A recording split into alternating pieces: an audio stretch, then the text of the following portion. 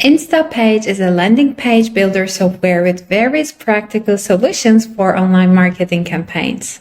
And in this video, I will show you how to create an Instapage pop-up with Popupsmart. So as you can see, my Instapage landing page is ready right here, but I need a Popupsmart account. So I'm going to popupsmart.com, then continue with Get Started.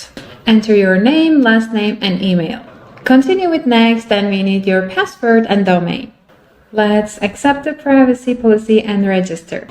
So we are welcomed by the playbook. This is where you can see all the ready-to-use pop-up templates to choose from. On the left-hand panel, you will see some goals if you want to choose a pop-up template according to your business goals. We also have some industries like health and beauty and travel, e-commerce or automotive. Then we have the seasonal pop-ups for Halloween, for example. And then we have different pop-up types like light pop-up, full screen, or floating bar. If you want to see the animated pop-ups only, let me show you. You can just check this box right here and you can see the multi-step pop-ups if you want. So let me choose a pop-up campaign. Maybe this one. Okay, let's select this pop-up. So we are on the Customize tab right now. You can see how the pop-up looks on your website. If you want, you can just turn off the preview. You can also see how your pop-up looks on mobile. When you click on the mobile icon right here, you can disable or enable the device that you want to show your pop-up on. As you can see, this is a multi-step pop-up. We have the main pop-up and the success pop-up as well. And if you want, you can activate the teaser, which serves like a miniature version of your pop-up. So when the visitors click on it, they can just see your pop-up, and then you can change the layout and the position, and you can arrange the time when you want to display your teaser. So again, on the Customize tab, if you want, you can add new elements to your pop-up like social share buttons, countdown timer, or a gamification element, maybe a video or an animation. We also have the form element right here. We are collecting visitor email addresses, name and surnames right now, but if you want, you can just add date, maybe a phone number. You can ask for their addresses or any other information that you might need. Then again, you can change the button tags from here. You can change the button layout or its alignment. Then we have some notifications here if you want to send email to those who enter their email addresses maybe, and if you want to be notified when someone fills in the form. And we have the integration segment right here if you want to integrate the platforms that you might be using. Then again, you can just do the necessary adjustments to your success pop-up as well. You can easily drag and drop the elements on the left-hand panel if you want to change their placement. And let's see, you can easily click and delete the elements if you no longer need them. You can easily delete your pop-up steps, rename them, or duplicate them from the three dots right here. And if you just click on the plus icon right here, you can add a new pop-up step. You can again change its position, type, and layout from here as well.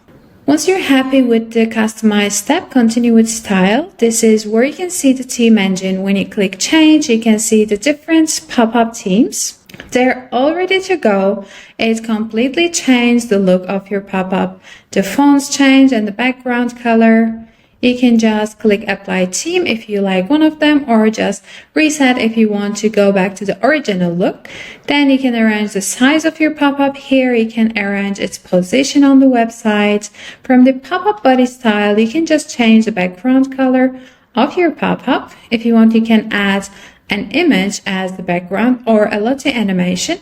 We have the website overlay here. You can even change its color and arrange its opacity. And you can just change the shape of your pop-up and the animation for the opening. Next, we have tag size and color. You can change the color of the tags, its size. Then you can change the font of it. You can see the fonts here, but if you need more, you can just click more fonts, and with just one click, they're added to your library to choose from. Let's continue with form style. This is where you can change the shape of your form, its color. Then we have the body style. Again, if you want to change the look and the color of your buttons, then even you can change the close button right here.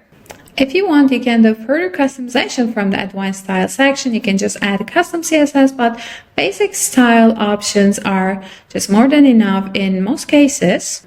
Okay, if you're happy with the style as well, continue with segment. This is where you can see the predefined segmentation options. When you click change segment, you can see all the predefined segmentation options. But if you want to start from scratch, you can click my segments and create your own segmentation rules from scratch. As you can see, some targeting options come by default, like visitor devices, and you can just click on them if you want to deactivate or activate them. We are targeting new and returning visitors right now. We are targeting all the pages, but you can easily target specific pages on your website. When you click add audience targeting, you can see other audience targeting options.